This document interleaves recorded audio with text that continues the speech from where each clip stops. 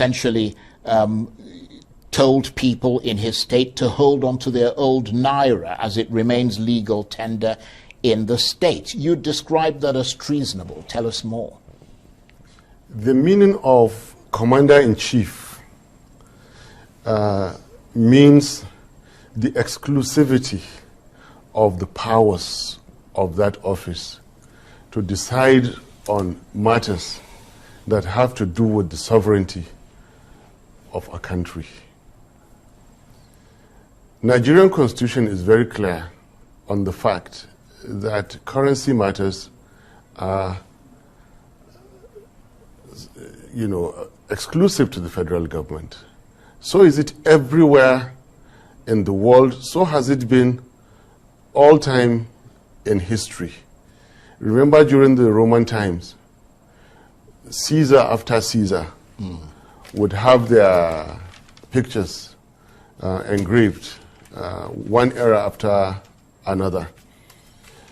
That tells you the link between sovereign authorities and legal tender.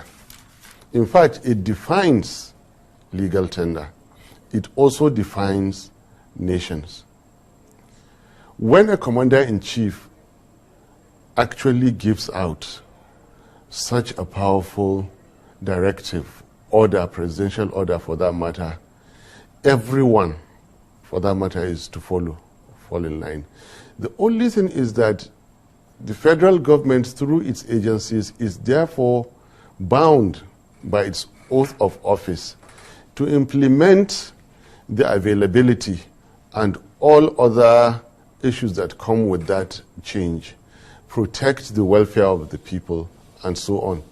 It is completely out of place for any state governor or a group of state governors to constitute themselves into a nuisance and begin to challenge in the manners they are doing now. Now, why I called it treason is that a commander-in-chief gives his order and a state governor gives a direct counter order to that. Immunity does not mean that the offense was not committed. The offense was committed. It can be booked. It can be recorded. Anything can happen to it, especially treasonable ones. Remember, there is crime. They are protected from criminal. They have immunity against criminal offenses as state governors. I don't know. We need a legal expert to tell us if state governors are immune from treason. Call it anything. The bottom line is a commander-in-chief gives an order, a state governor says, don't do it, do mine. That is treason. That's undermining. Right. You're undermining the sovereignty. But it's not quite that cut and dry, though, is it? Because the point he was making no. was that the case is before the Supreme Court, and the Supreme Court has given a subsisting order, which was an ex parte order, that the order that they gave has to remain in place until the case is decided. Charles, I'm from Kaduna State. In fact, before I joined this ticket, I aspired to be a governor in Kaduna. I know Kaduna very well. I also happen to know the gentleman Nasiru very well. He's also sued me to court. So I'm a bit careful about, because he and I in court, even though we're not discussing that matter that I said, I know Kaduna very well, I know Nasiru very well. And he went to the extent of pledging him and the state government that is coming, and Tinubu's government coming when they come, we're going to exchange the old Naira notes that people keep, and that they should continue to trade with their monies when the constitutional powers of the commander-in-chief clearly provide for the opposite. But what about the constitutional powers of the Supreme Court? I mean, is there a conflict between President Buhari's decision on this cash swap policy and the moves that are taking place at the Supreme Court with regard to that issue? Because the Supreme Court was very clear on what should happen. Yes. I mean, a lawyer asked them in court, what happens next? Charles, let me take us back a bit. Right. There are some acts that, if wrongly intended, whatever you do, they can never work right. Throughout history, the roles of central banks, and I can tell you this from my little knowledge of economics, they are lenders of the last resort. They are bankers of the government. They are also regulators. Besides that, even fiscal policy is not for central banks. We have seen ours engage in fiscal, but no one could do anything about it. Strictly monetary, regulatory, financial, and monetary, strictly. Never in history has any bank anywhere in the world had anything to do with elections.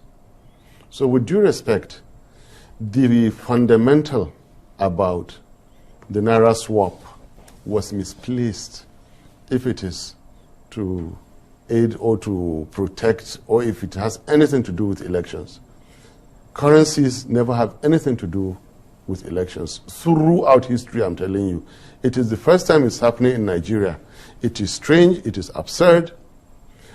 Currencies are changed all over the world for technical reasons, for durability, for the passage of the monarchs or of the leaders, for some other acceptability or some other currency in the world, some other nation in the world has something similar to yours, or denomination issues.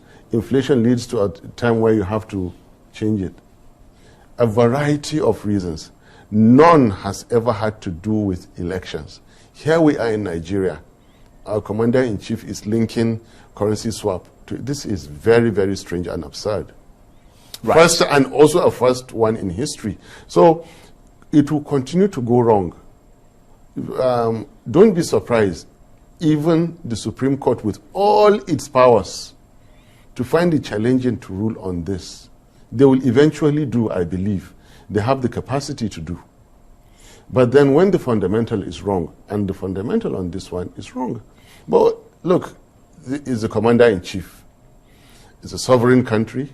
It's our country. It's been done. We just have to make the best out of this situation. Right. But let's take the point, I mean, because I want to move on. There's a lot of other things to talk to you about, and it's great to have you in here. Charles, let me just tell you, treason is when you have another authority trying to undermine constituted authority. Right. There is no other name for it. It is let's assume it's treason. And I don't know, I really don't know if governors are immune from prosecution. Right. Because if you're a state governor and you try to overthrow the federal government and then you claim immunity, I doubt if the Nigerian army will let you. Can we, let me ask you this then. If you and Peter Obi were in power today as president and vice president, how would you deal with that situation? I will immediately summon the AGF, obtain full legal interpretation of the kind of immunity that state governors have. Is it only criminal or it includes treason? And if it does not include treason, I assure you El-Rufai will be placed under arrest immediately and served justice immediately. Okay, well, there is no way you can undermine a commander-in-chief by saying, go and do the opposite of what he has the power to say. This is highly, highly disrespectful.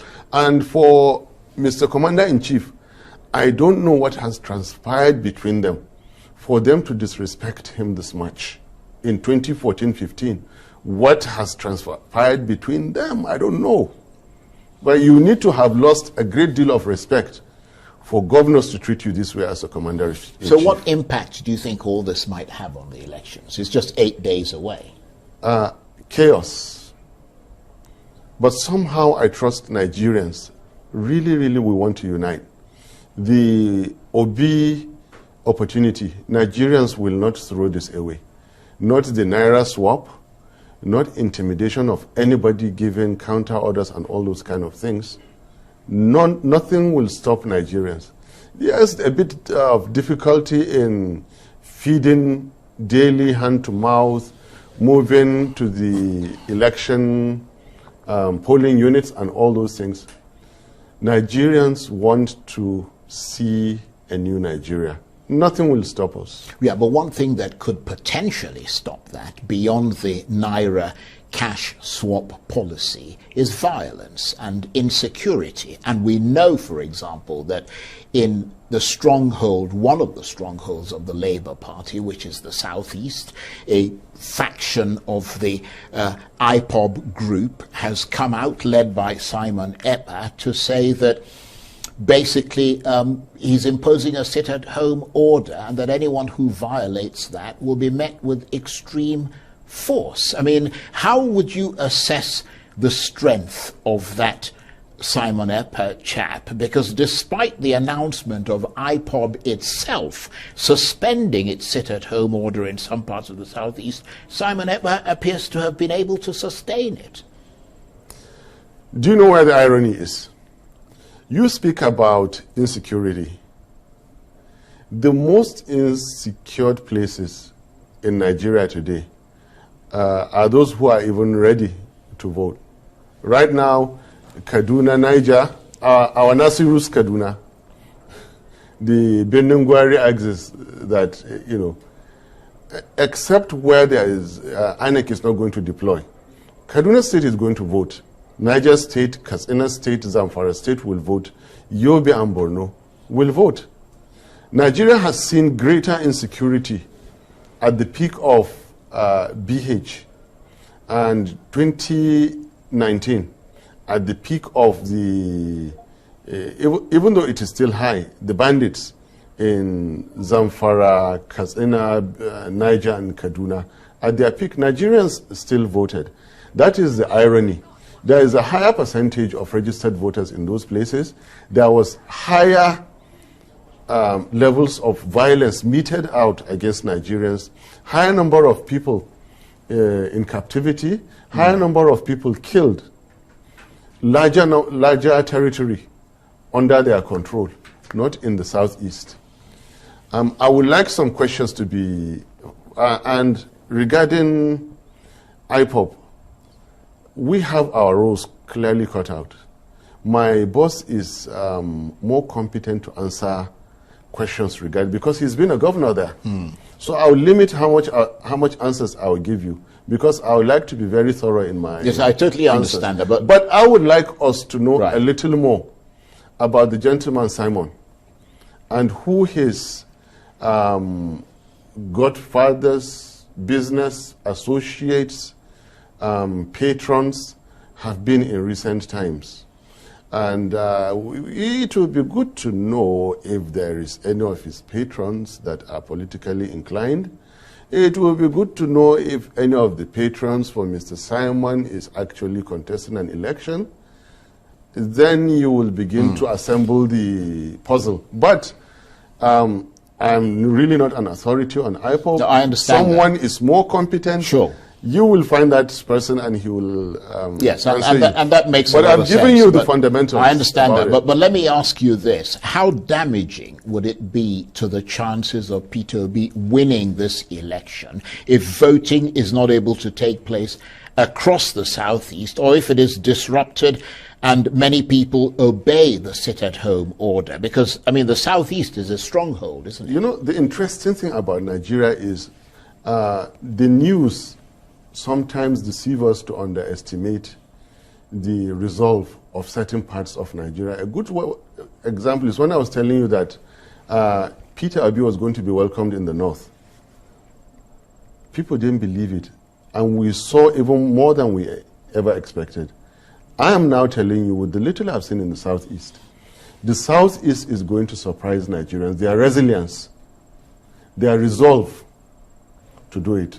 Only yesterday, there was a communique from a certain body, I think is the council, Paramount Council of the traditional rulers and the clergy in the Southeast. It was carefully, powerfully worded. And I am confident Southeasterners are going to respect the spirit and content of that communique, everything is going to crumble hours to the elections. And Southeasterners will come out, exercise their rights, vote like you've never seen votes before. I would even like to insist what I have told you before. There are Nigerian expatriates who, and I have even seen them, who will buy tickets and fly all the way to Nigeria simply for the purpose of motivating others to vote. This threat will crumble hours to the time, and whoever is behind it will be put to shame. And our southeastern counterparts of Nigeria are going to make us proud. Right. You will say that I told you this. Right. Do you trust the Nigerian security services when they say they will not allow anyone to truncate this general election? Nigerian authorities, until when it happens, then I will say yes. Listen, you and I heard promises in 2015. The promises have been going on, and we saw the exact opposite. So what I have adopted is that the beginning of wisdom is to always put a question mark, to say the least. And the beginning of wisdom is to disbelieve government, this kind of government that we have. That's the beginning of wisdom. So, yes, I am asking them, I'm challenging them. It's a challenge to Nigerian security forces. Give us free, fair, credible elections, including INEC, that is. When you see it, when I see it, when it's done, I'll say it. Right. If I don't say it, I'll not believe you in advance. So let's assume that... Remember, I suffered electoral fraud severally in 2007, and I was being the gentleman. No violence, no fighting, let's go to court. I know what I saw. No compromising of... And while I was seated in the Senate, you know all the things that happened. So I have a fair amount of experience as far as our beloved Nigerian authorities are concerned. And more the motivation for me to make sure that we change it. Right. So here you are, you've got 8 days to go before crucial elections that you have fought very hard to try and get to where you are with yourself and Peter Obi. What do you have to say to the Nigerian people about why they should vote for you and Peter? It is logical and arithmetical. 18 political parties presented candidates for presidency. 15 of them, so to say, are somehow nowhere to be found. Out of the 3 that are left, 2 have misconfigured themselves to win an election in Nigeria. I will explain it. First, issue of faith. We both agree our faiths. Our Creator makes no mistake. There are countries in this world that you can find nearly 100% one faith, one tribe, one language. And Creator didn't make mistake. We in Nigeria are lucky to have this diversity, 250, 6 or 3 major ones, 2 major competing religions, and all that. And the Creator didn't make mistake. That's the issue of faith, number 1. 2, bring Nigerian political history very quickly. 6 years after independence, trouble. 3 years began to recover. We didn't find our political bearing until 19 years later. General Obasanjo, it was elections quite okay. President Shagari won. Count it 1. Military came for 15 years. After 8 years, President Babangida was leaving, but because he knew the ins and outs and the rights and wrongs of Nigeria, Muslim Northern President Babangida looked for Ernest Shonekan of blessed memory, Southern Christian, and gave. Count that 2.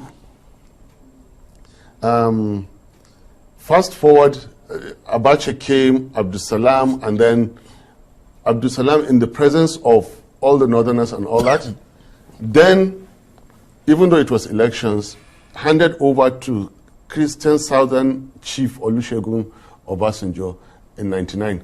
I think that is 4, right? Fast forward 2007, one Peter was about to defeat one Umaru in the Eagle Square, and you know how PDP was then. Then Umaru won of blessed memory, and he was, Obasanjo handed to Northern Muslim late Umaru 5. Almighty God recalled him. Northerners Muslims stood for the constitution to prevail, and Goodluck Jonathan was given the presidency. He asked for 2011. He won. Fast forward again, 2015, when PDP, for what it was, again reneged and all that, Southern Christians in broad daylight came out and stood against that. One of them, in broad daylight, destroyed a party membership card just for Northern Muslim Muhammadu Buhari to be sworn in, right, to win presidency. So what's the point? Because we're almost out of time. What I'm telling you now is that the fourth DNA of Nigeria is rotation. This DNA regulates our body temperature. Without it, our body will overheat and will die from that fever. Rotation must happen. The same reason that today Tinubu is not vice president of Nigeria, today, here and now, in 2015, when President Buhari said Muslim ticket could not work, he had to nominate somebody. That same reason is here, present, real, now, as we are here today. The same reason that Atiku said it was the turn for the North in 2015. He can't come back again and say it is in 2019. Politicians in the mold of Peter would be Wike, Emmanuel Odom, and others. In 2019, they restrained themselves from contesting. I aspired and I lost. What they showed us, they showed respect and love to other Nigerians. They showed Nigerianness. What does respect require? It should be reciprocated. So any political system, party, or individual that are deceiving themselves, that they have misconfigured themselves, one of them hopelessly so, and that they are going to win 2023 elections in today's Nigeria, in today's world, are simply deceiving themselves. There's only one political party rightly configured to win the elections, and that is Labour Party. And I stand by this. I really, really mean it. Nigerian security, Nigerianness is at stake. Anybody who did not follow and who have misaligned themselves with Nigerian politics. Essentially,